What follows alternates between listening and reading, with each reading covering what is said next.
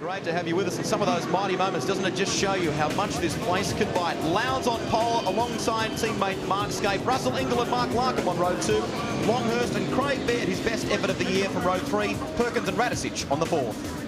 Glenn Seaton struggling a bit for setup this weekend. Stephen Richards alongside the Kmart Commodore. John Bowe and Garth Tander in all sorts of trouble in the Valvoline Cummins machine. Can't get power coming out of the turns. He's way back on the grid. Rodney Forbes and Stephen Johnson. Jason Bargwanna, the second of the Valvoline cars, and Neil Crompton. Local ace Paul Wheel on road 9 alongside Greg Murphy, who has been struggling in the Kmart Commodore this weekend. Ellery and Jones on road 10. Faulkner and McConville out of 21 and 22. Then Morris and Thomas Mazira. A little bit further back, Dougal McDougall and the Pepsi Commodore. Cameron McLean, the local Queenslander. All sorts of trouble back there in 26. Trevor Ashby, Paul Romano had some dramas in practice yesterday. Anthony Tratt, Brett Peters driving the Colour Scan Falcon this weekend. Steve Reed. We go back. Peter Gazzard, Mike Emery and John Potter at the back of the field in the Team Gatorade Commodore. 3 20-minute sprint races coming your way this afternoon. This is the first of them. And despite what many people were hoping, the local-based Ford teams like John Bowe, who's carrying our Be Clear and Simple camera this weekend, haven't dominated as much as the Holdens. No, it's the local test track for all the leading Ford teams, and they have got beaten here by the Commodores on home soil. Here's Brad Jones carrying the CUV in-car camera. The Aussie male Falcon had a great run on the streets of Canberra. So too this man, Glenn Seaton. In number 5, the Ford Livet in-car camera. He's a little bit further back on the grid than he'd like. Can't get the car to work as well as the Commodores around this track. So a lot of work to do. Stephen Richards, teammate to Greg Murphy, who's in all sorts of drama this weekend. The Walker in-car camera riding with Stephen Richards, the winner of the GMC 400. And a good, strong qualifying performance by the Kmart team. And here is the Rat, Paul Radicic, in the Shell Helix Racing Falcon. Will start today out of grid position number 8. And given that they do so much testing here, DJR, you would like to be much further forward. The minor 10 in car, Mark Larkham, the best of the Ford Brigade. He will start today from grid position 4. Do you know, I've never heard so many drivers. I don't understand that. I've never had... Just laugh now and I'll explain it to you later. Yeah, I've never heard so many guys say, look, we've done everything, we've changed everything, it's made no difference. You know, Garth Tander, Jason Bargwanna, it's a lot of people really struggling. Just check out the Ford Livet race analysis. 35 starters on the grid, 3 17-lap contests, work out about 53 kilometres each race. Qualifying first to 15, covered by 1 second. And our 1999 winner, Garth Tander, that was his first Shell Series round victory. He's right back on the grid, fighting hard to stay in this championship. Massive crowd here at Queensland Raceway, despite the problems last season of trying to get people through the front gates. They really have overcome that here this weekend, and great to see a good crowd in attendance, Baz. Yeah, massive crowd, yeah, really, really good. They need a couple of good races, no traffic problems, and it'll all be back to normal. We get set to go racing in round 7 of the Shell Championship Series. The Red Barons on the front row, the race to the first corner, and it looks as though Lowndes got away smartly. Russell Ingall, a great start as well. He's managed to pull away from Mark Larkham as they head toward turn 1 for the first time. Who will give Scape or Lowndes? Scape tries to muscle past Lowndes, and it looks like he's gotten the upper hand. They're going to go side by side up toward turn 2. Let's see what the... Oh, Cameron McLean, yeah. Same corner, same as last year. Oh, goodness me. He's managed to keep it off. Just gave the concrete a kiss on the other side, but that could have been much worse. That sand trap doing its job. Well, look at this battle between the Holden Racing Team duos. They thundered in the back straight for the first time. Yeah, Ingall's going to do everything he can to try and get past, split up the HIT cars on the first couple of laps. Mark Scape, I was going to say, Mark Scape gets the jump on the pole position, man. Big mover so far, Mark, seems to be Paul Radicic. He's come up a series of positions. Started out of grid position number 8. We'll check on his exact spot for you. He's up to 5th position, Paul Radicic. So he has stormed up. There he is there, in behind Mark Larkham, the second of the Fords. So the Rats on the attack here in Queensland. Hope he can maintain it too. The one advantage the Ford teams might have here is that they test here all the time. They probably all had the chance to do a full race distance run, whereas the Commodores, particularly the HRT cars, haven't had a chance to do that. So that could be critical later in the race, particularly if that left-hand rear tyre starts to give way. Oh, look at Steve Ellery's obviously come together with somebody. And you can watch these cars as they go out on the grass there. One of the Cummins Valvoline machines. Oh, John Bowe! Coming to coming to contact with someone in the field. Boy, oh boy. That was a major. This guy is having a very, very difficult season. Look at the damage to the Caterpillar Ford. And wasn't he lucky? He did make contact a bit later and hit that tyre wall head on. Oh, certainly was. He's gotten away with that quite lightly by just what could have, by the amount of damage that could have been done to that car. Goodness me, there's JB. It's just extraordinary, isn't it, when you have cars colliding in a straight line, Baz? Well, the thing is, yeah, we didn't see the start of it, but it looked frightening because the horrible thing is, as soon as you go off the race circuit, you get on the grass, the speed trebles, you know, and it's you're in the lap of the gods. Then look at Larkham. Mitre 10 up the inside. Got him. Yeah, good move. Mark Larkham on the attack in the Mitre 10 Ford. Had to take a second seat to the Holden Racing team in qualifying, but he's on a march in the race.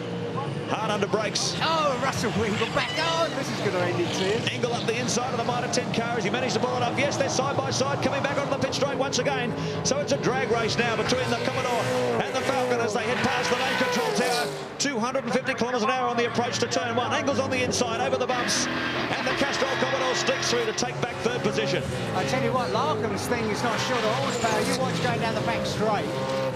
It's really... fastest lap of Scafey. While all these guys are battling away, yes, Scafey's put in a blinder, a 1:11.85 on only the second lap of this race. There's the gap between the two Holden Racing Team Commodores. Look at Stephen Richards here throwing out a challenge. Craig Baird coming for the ride. Radicic plays defensive, trying to dive down the inside of Larkham. And Longhurst wants to slice too, up the inside of his teammate. The two Stone Brothers forwards running side by side as they sweep out of turn 3. Bit of a contact there, but two between the Fotec car and the Castrol Haviline Ford. So it's really on in the opening laps of round 7 of the Shell Championship Series. Look at this gaggle of cars. An absolute freight train tucked in behind Russell Ingall.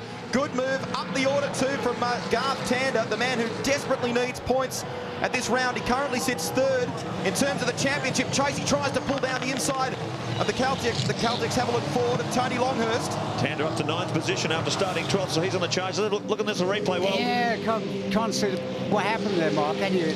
You would have to imagine that there was contact between another car. I can't imagine why he just... Either that or coming on to the start and finish, he just got it out really...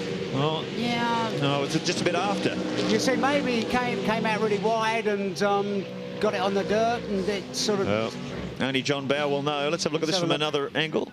Oh, this is later on. Oh, this that's is his, JP's rear wing flying off, is it? His rear bumper. Yeah, he was dragging that round for a couple of laps, but that's parted company. Oh, dear. Now, the rest of this field is playing into Holden Racing Team's trap here, because while all these cars get involved in these battles, that allows the two red cars to open up a gap. We're on board now with the Mitre 10 Falcon driver, Mark Larkham, as he fights hard for third position with Russell Ingall.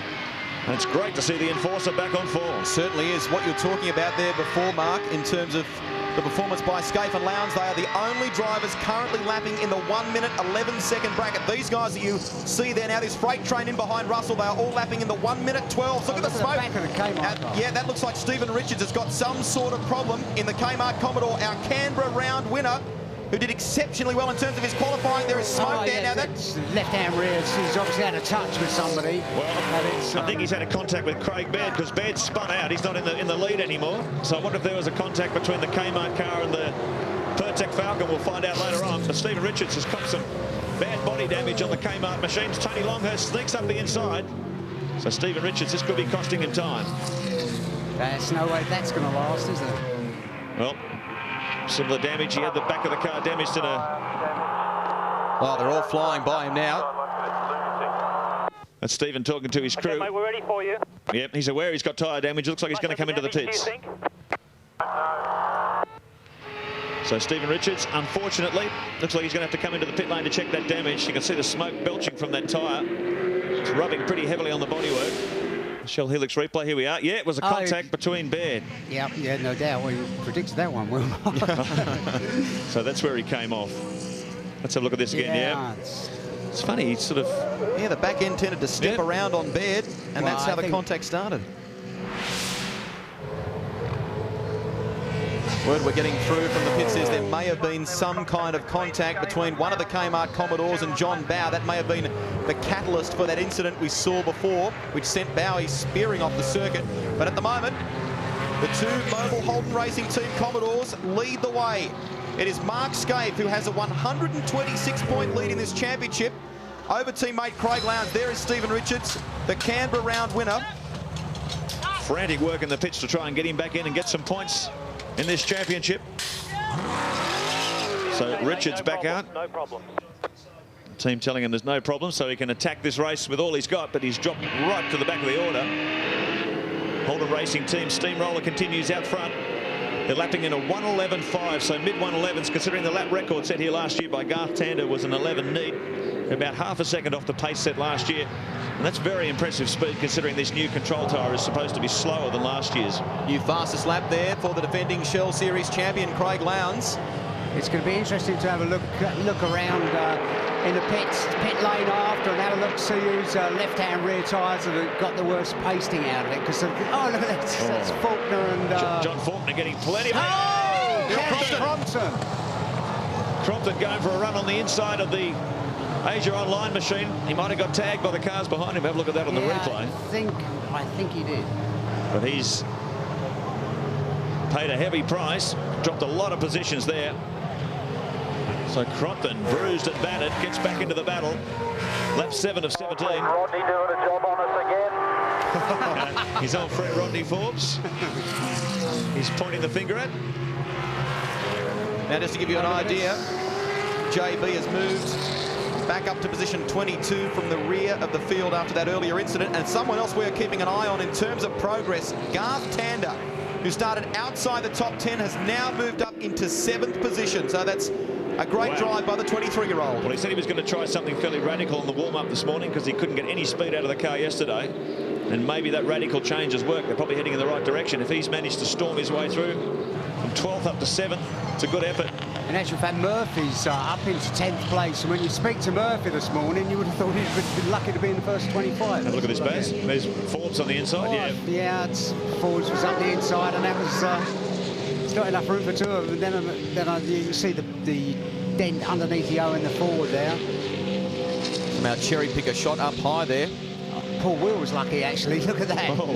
Evasive action there. Almost repeated the action on the way out of the corner. Meanwhile, the battle continues. Holden Racing Team out in front, 2.3 seconds up the road from Russell Ingall and Mark Larkham locked in this battle for third. Then it's a little gap back to Paul Radicic. Tony Longhurst, Garth Tander storming his way through. He's up from 12th, now he's in 7th. Glenn Seaton in 8th, Larry Perkins in 9th. It's going to be really interesting to see at the latter stages of this race, just if they start pulling the HRT cars in then, because maybe the HRT cars are using their tyres were more, consuming more of their rubber than the Larkham and Dingle behind. Because if you look now, it looks speed-wise they're lapping quicker than the HRT cars now. So, you just cannot believe the level of domination this team has had since 1996. When they got their act together with Craig Lowndes. Before that, they'd only won one race in the Cell Championship Series. Since 1996, there's been 50 races. If they win this race this weekend, they've won 30 of those 50 races. That is a staggering statistic, isn't it? 60% winning ratio. They are just head and shoulders above anyone else in this field. You see, what's this? Oh, Thomas Mazzera. You see, in qualifying and practice and that, you see the HRT cars, they come in, they make a change, they go out, they go quicker. They come in, they make another change, go out and go quicker. And they're really massively on the ball. They're in a class of their own. If they can come to this track where all the 4 teams test and grind around here doing hundreds of laps and they hose them in qualifying and in the race. And it's a place, Mark, they traditionally haven't gone well at. Yeah, they've really got their act together. They used to have some problems on tracks like Winton and like this track here, with the quite slippery, power down sort of circuits, but they've got that licked by changing their test track this year. So they really don't have a bogey circuit left anymore. They're virtually invincible. And ahead of them, in fact, of course, Paul Radicic in 5th position. The Caltex, Haviland Ford, the meat and the sandwich. Tander, the man on the charge at the moment, throwing out a real challenge to Tony Longhurst, the local driver. He did quite well during the course of practice. At one stage was on top of things, but just missed out on getting his first pole position since 1990, squeezed out of the top 4. But this car is doing quite well here this weekend. Tell you what, that battle for 3rd position, Russell Ingall and Mark Larkham are closing on the Holden Racing Team cars at the moment. They've got it down to 1.5 seconds now, and he's putting in some quick laps. That's what I was thinking about those tyres, Mark, because I looked at Larkham's tyres after qualifying. That looked really good. Well, that's the critical thing, and that's what Holden Racing Team have said. If they have a weakness, is the fact they haven't done a full race distance run around here, so they could still be in tyre trouble as this race wears on. But look at the gap between these two, this battle. Paul Radisich, Tony Longhurst and Garth Tander. This is the fight for 5th. The be clear and simple on-board camera. Look at Tander, forward. Tander having a run down the inside of Tony Longhurst, and he gets there. That's a great move by the 23-year-old. Well, whatever they did, whatever change they did to the car, it worked. It's working, because this car is working very well now. Garth Tander digging deep, putting in the quick laps. 1:12.56, that puts him only 0.3 of a second slower than the Holden Racing team that time around. So he's getting plenty of speed out of the car now. Ingle's definitely catching the two HRT cars. Yep. Tander, to give you an idea, has moved up 6 positions so far in this race, and the Gary Rogers Motorsport team were scratching their head big time after practice and qualifying. They didn't quite have the setup they needed for Garth, but now it seems to be working. Russell Ingall, the enforcer, doing what he does best, closing in on our leaders. Will this be the day we see Russell get on top of the podium once again? The last time he did it, Eastern Creek, the 3rd race of the day. Well, it seems to me too that Lowndes is carrying more speed than Scaife. Yeah, I totally agree with you. It looks like Scaife is holding him up at the moment. Sitting right behind, but no doubt this is a Holden Racing team strategy. I don't think Lowndes would try any desperate moves on Scaife at the moment. At such a critical time in the championship. We've got 3 races coming up in the space of a month, and that's going to be absolutely critical to Mark Scaife's campaign to take his 3rd national title. Look at the slide there, the Radisich car as he comes out of the corner. Oh, look at this. Look. That's Lowndes. Lowndes down the inside of Mark Scaife. So Scaife possibly realising that he doesn't have the speed at the moment for some reason, or Lowndes getting a better run out of the final turn and onto the front straight. But Lowndes has now taken the lead. Scaife sits in second. Look at the enforcer closing all the time in the Castrol Commodore. Well, quite often we've seen this. Mark Scaife has been a lot harder on his rear tyres than Craig Lowndes in a race situation. I wonder if now Scaife said, well, maybe my tyres aren't in good a shape as Craig's. He's let him through. Because look at the way Russell's catching him now. Exactly that. So Mark was concerned about particularly rear tyre wear. JB. Caterpillar Ford. That's at the end of, that's coming onto the main straight. That's turn 6, so he's bogged it in the sand there. He's definitely killed someone's black cow, JB, hasn't he? Unbelievable bad luck this year. The Tasmanian veteran, no doubt about his speed in the car, that's never in question, but he hasn't had luck going with him at all in 2000. But this is the battle for the lead as the enforcer starts to flex a bit of muscle in the Castrol Commodore. After a wretched weekend on the streets of Canberra, he's right back and fighting the factory Holdens as he closes in on Mark Scaife in 3rd position. So look at the replay. Oh, it's a tangle.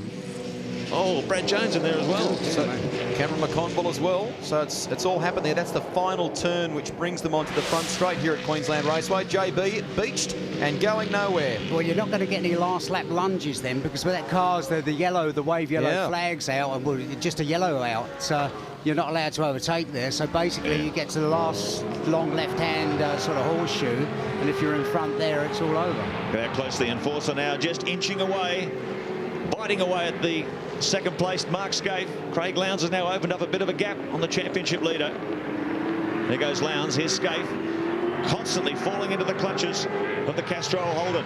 Now don't forget, for all the latest results from the V8 Supercar Championship, check out the official website, v8supercar.com.au. It's got all the information, race results, championship point scores, and much, much more. And for all the motorsport action that 10 covers, check out the 10 website, 10.com.au. All the program information you need is on the 10 website. Tony Longhurst coming back on the attack on the Valvoline machine. So we've got great battles right up and down through the pack. Russell Ingall continuing to close the gap on the Holden Racing team duo. 3 laps remaining for our race leader. You've got to hand it to, it's Faulkner. Looks like he's got a mechanical problem there. Yeah, no, we're told from the pits it's an electrical problem. Yeah, so he's on the one of the safety roads on the infield there, so he's not in anyone's way. And Faulkner will be getting out the book, trying to do a quick bit of electrician's work to see if he can fix it. This is Tander, who at the moment sits in 6th position. Just ahead of him, Paul Radisich, and closing in right behind him, Tony Longhurst in the Haviland Ford. Apparently, the only thing Gary Rogers' lot did to the car after the warm-up was throw a few Hail Marys at it. And that was, they're a class act, they are. They've struggled a lot for setup at some of the race circuits. They've got there, the car hasn't been right, and by the time it gets to the race, they sort it out. I mean, that's... So there's a lot of people that have arrived here and the cars hasn't been right and they're still racing the car and it's not right. Yeah, so. and to their credit too, they don't sort of mope around. You know, there's a bit of adversity, but they get on with it and get the car right, and that's what it's doing at the moment. There is the shot from up high with 2 remaining of the gap between second place Mark Scaife and in third Russell Ingall. Time running out for the Enforcer. Can he do it? Well, it's one thing to catch Scaife, it's another thing to get past him, especially with a couple of laps to go, isn't it? He'll really have the eyes on here. It's a very long shot if he's going to try and win this championship. It will take a major disaster from the Holden Racing team to allow him even back into this fight. But now he's taking it on a race-by-race basis as we build up toward the endurance races. Russell Ingall, the 36-year-old South Australian, really on the attack. Look how close he is to Scaife as they come out of turn 3. Up into the midsection of the circuit now. He's running out of time. He's got about a lap and a half. He's going to get in front of the Scaife car. But Scaife is a master at this sort of driving. We've seen a number of times when his car's been limping with a lack of grip. He just places the car exactly where the following car needs to be. Well, at least there's no yellow flag on the last corner now. You can probably see in the highest shot here, you can see there's the marshal's post. There's no yellow flag, so... Look how close Russell gets here under brakes to Scaife. If he can get some good traction coming onto the front straight, it's not quite close enough this time around. The HRT car's got more stick horsepower down the straight. You look on the back straight, you see that they come out the right-hander onto the rear straight together, same speed, and you'll see the HRT car pulling away once they get in. Look. Less than 3 kilometres, little lock break there as Russell Ingall turns into turn 2, giving it everything on maximum attack as they come out over the ripple strips, up the back straight once again. 250 kilometres an hour on the approach, the bumpy approach now under brakes. Ingall has a look on the outside. Scaife there, you can see. Oh, he yes! gets alongside, almost. The Enforcer is back. Now Mike Imrie is just up ahead of these guys, so a little bit of lap traffic. This may have played right into Mark Scaife's hands though, because he's gotten out of that corner quicker than the Enforcer. Look at Russell diving so deep under brakes, but not enough as they work through this horseshoe part of the track. No, he got squeezed. Oh dear, Sarbrek, that will break Billy Woods' heart. So Russell, that's the end of his attack. You can see him flashing his lights. Look at Larkham too, Mark. He's right on the back of the Enforcer. This one's not over yet. So Craig Lowndes, pole position man, looking strong at Queensland Raceway. Oh, Lowndes will take it out. The checkered flag at the ready. I think Larkham is good by the look of it. Lowndes has got it. Scaife will get across for second, but look at this drag race. Oh, no! The Larkham gets third. Contact between Russell Ingall and Mike Imrie. Goodness me. Look at this. Wow. That could have been really seriously nasty. That was collision between. Oh no! Look, it's Larry. Oh, wow! That caught Larry by surprise. Yeah. Well, it's not the sort of thing you expect to see parked sideways. Not at all. I tell you what, you've got to hand it to all those guys. They did an amazing job there. Contact between Russell Ingall and the Sarbrek car, though. Goodness me. That could have been really very, very nasty. You see the mark? Yeah, could have really very, very nasty because the marshal's post there, you see, the car. Oh, Brad Jones. Everyone's reacting to it very late. Well, they're just not the sort of thing you expect to see, Mark, is it? You know, something parked in the middle of the front straight. Holy cow. Ah, that was... If you look at the way everybody avoided that, Radicic went on the grass, across the grass and that, and it could have all turned out... Yeah, it could have been a major shunt. Yeah. Yep. Oh, so it looked like it was a tangle between Russell Ingall and Mike Imrie coming down the straight for the final time. Let's have a look at this in the replay. Oh, yeah, look at this. He's coming over on Ingall. Oh, goodness. No, hard to tell there. Oh. Now watch this. Look, there's a marshal's post there. Now watch Larry Perkins. Oh. When he arrives on the scene, I don't know how he avoided it. Watch Radicic. Now look, there's Radicic there. Some great evasive action by some of them. This is another look at it from front on. Crunch. Marshall. Yeah. Now, Mike Imrie was very you've got to hand it to Radicic there. That was really... Watch Larry. Watch Larry. Look at this. Larry hasn't seen... there he's seen... Oh! He must have been looking in his rearview mirror or something at the time. He was just so close to driving into the side of that car at full tilt. Now, look here.